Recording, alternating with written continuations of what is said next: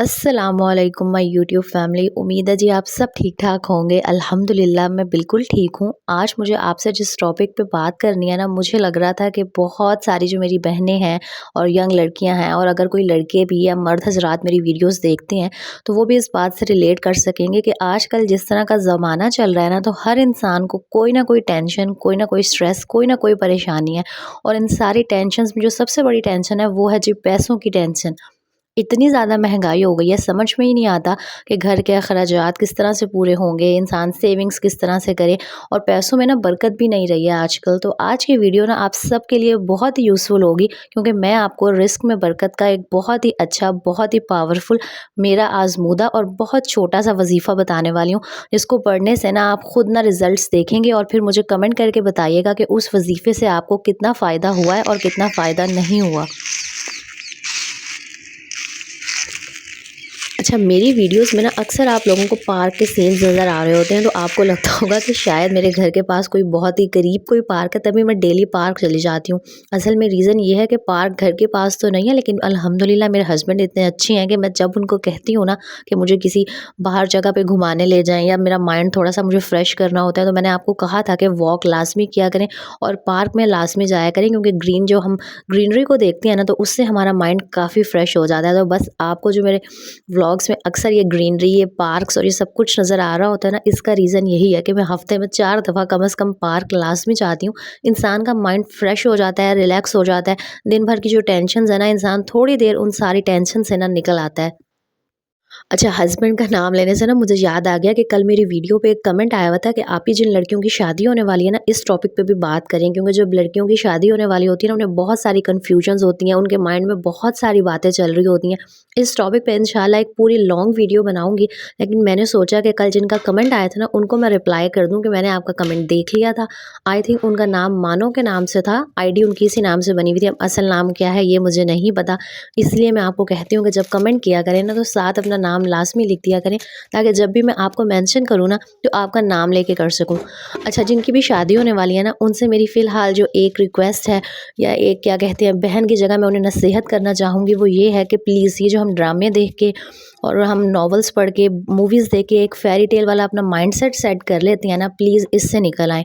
ऐसा ना, real life जो है ना, वो आपकी नॉवेल्स वाली ज़िंदगी से, मूवीज़ वाली ज़िंदगी से बहुत बहुत डिफरेंट होती है। और इस बात का हरगिज़ ये मतलब नहीं है कि जी शादी कोई बुरी चीज़ है और मैं आपको इस बात से डरा रही हूँ। अगर आपका लाइफ़ पार्टनर अच्छा है, आपको अच्छे इन-लॉज़ मिल गए हैं, इन-लॉज़ को भी चलो छोड़ो, अगर आपका लाइफ़ पार्टनर अच्छा है ना, आपकी कदर करने वाला है, आपका ख़्याल रखता है, उसको आपकी फीलिंग्स की कदर है, परवाह है, तो बस फिर आपकी लाइफ़ बहुत अच्छी है। लेकिन कोई भी ना, हम मूवीज़ और ड्रामों की ये जो बातें अपने माइंड में सेट कर लेते हैं कि इस तरह की लाइफ़ होगी, रियलिस्टिक जो एक्सपेक्टेशंस है ना, वो रख के अगले घर जाएँ, ताकि ना आपको मसला हो और ना ही जो अगली फैमिली है उसको आपको एक्सेप्ट करने में कोई मसला हो। और अब आ जाते हैं जी अपने टॉपिक की तरफ। आजकल ना बहुत ज़्यादा महँगाई है, मतलब बहुत ज़्यादा। मुझे याद है कि जब 2 साल पहले मेरा किचन सेपरेट हुआ था ना, तो जो ग्रोसरी की चीज़ें मैं 5000 में लेके आती थी, अब वो 15 से 17,000 के बीच में आती हैं। मतलब इतनी ज़्यादा जो चीज़ों की प्राइस है ना, वो इंक्रीज़ हो गई है। महँगाई जो है वो दिन ब दिन बढ़ती जा रही है, और जो हमारा सोर्स ऑफ इनकम है ना, वो वहीं पर ठहरा हुआ है। और ये जो पैसों की फिर तंगी है ना, हमारी स्ट्रेस की, हमारी टेंशन की, ये सबसे बड़ी वजह है, क्योंकि हमें समझ में ही नहीं आता कि हम क्या करें। मेरी बहुत सारी बहनों के ना मुझे ये भी मैसेज आ रहे होते हैं कि आप ऑनलाइन अर्निंग करने का ना कोई तरीका बताएं। तो मैं आपको एक सीधी और साफ बात बताऊं, ये जितनी भी ऑनलाइन अर्निंग के तरीके आजकल बता रहे होते हैं ना, या कमेंट सेक्शन में आ रहा होता है कि इस तरह से नंबर दिया हुआ होता है, स्पेशली टिकटॉक पे, कि आप हमसे रब्ता करें और डेली के 3000 से 3500 कमाएं। तो ये सिर्फ आप जैसे ये जो मासूम मेरी बहनें होती हैं ना, जिनको ज़्यादा समझ नहीं होती, उनको ट्रैप करने का एक तरीका होता है। वो आपसे 3000 5000 ये सारे पैसे ले लेते हैं, उसके बाद वो आपका नंबर ब्लॉक कर देते हैं। मतलब ये सब कुछ ना फेक होता है। और वो बेचारी हाउसवाइफ्स जिनको इतनी ज़्यादा समझ नहीं होती, वो अपने ना हक हलाल के पैसे भी ना इस चक्कर में ज़ाया कर देती हैं। तो देख लें, इस तरह के चक्करों में बिल्कुल भी मत पड़ा करें। ये सब जो आपको बता रहे होते हैं ना, ये फेक होता है। अगर आप ऑनलाइन अर्निंग करना चाहती हैं ना, तो उसका एक तरीका जो मुझे पता है वो है यूट्यूब।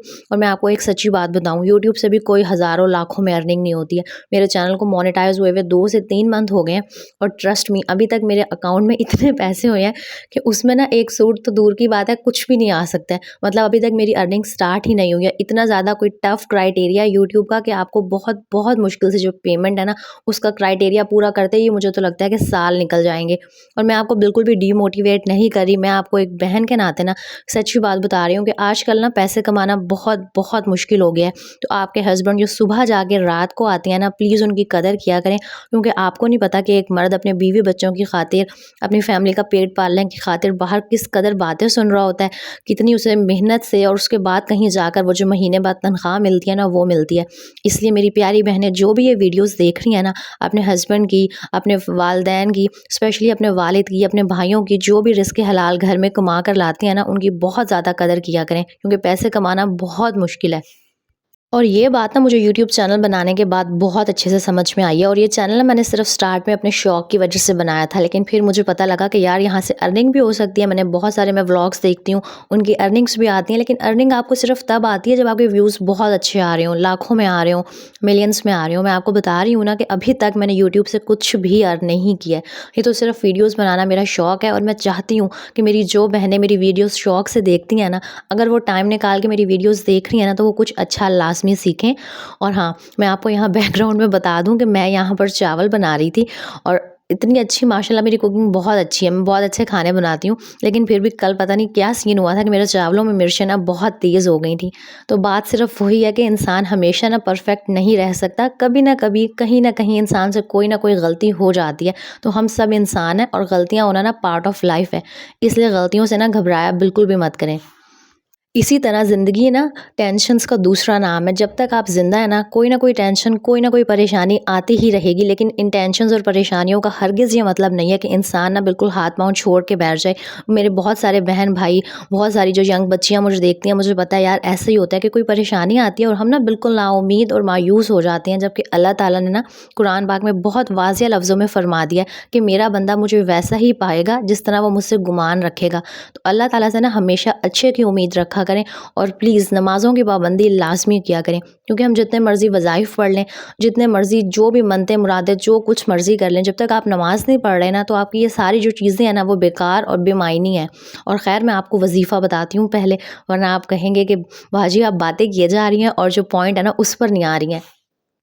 तो वज़ीफ़ा जी ये है कि आपने मग़रिब की नमाज़ के बाद ना, जब आप पूरी नमाज़ पढ़ के फ्री हो जाएँ, दुआ वग़ैरह माँग लें, 21 दफ़ा आपने पढ़नी है सूरत कौसर। बहुत छोटी-सी है, इन्ना आतईना कल कौसर, ये वाली पूरी कौ जो सूरत कौसर है ना, आपने मग़रिब की नमाज़ के बाद 21 दफ़ा लाज़मी डेली अपना ना मामूल बना लें पढ़ने का। और आप देखेंगे कि आपके रिज़्क में बहुत बहुत ज़्यादा बरकत होना स्टार्ट हो जाएगी। बेशक आपकी जो आमदनी है वो कम होगी, लेकिन आप देखेंगे कि उस कम आमदनी में ना आपके सारे ख़र्चे पूरा होना स्टार्ट हो जाएँगे, और आप देखेंगी आपको वाज़िया खुद फ़र्क नज़र आएगा।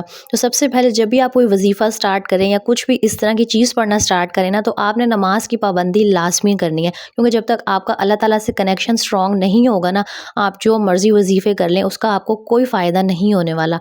और जब भी आप इस तरह के वज़ाइफ़ करती हैं ना, तो अल्लाह ताला पर पूरा यकीन रखा करें कि आप जो भी जिस भी नियत से कर रही हैं ना, उसमें आपको कामयाबी लाज़मी मिलेगी, आपका वो मकसद लाज़मी पूरा होगा। तो बहुत छोटी-सी एक ये सूरत है, सूरत कौसर।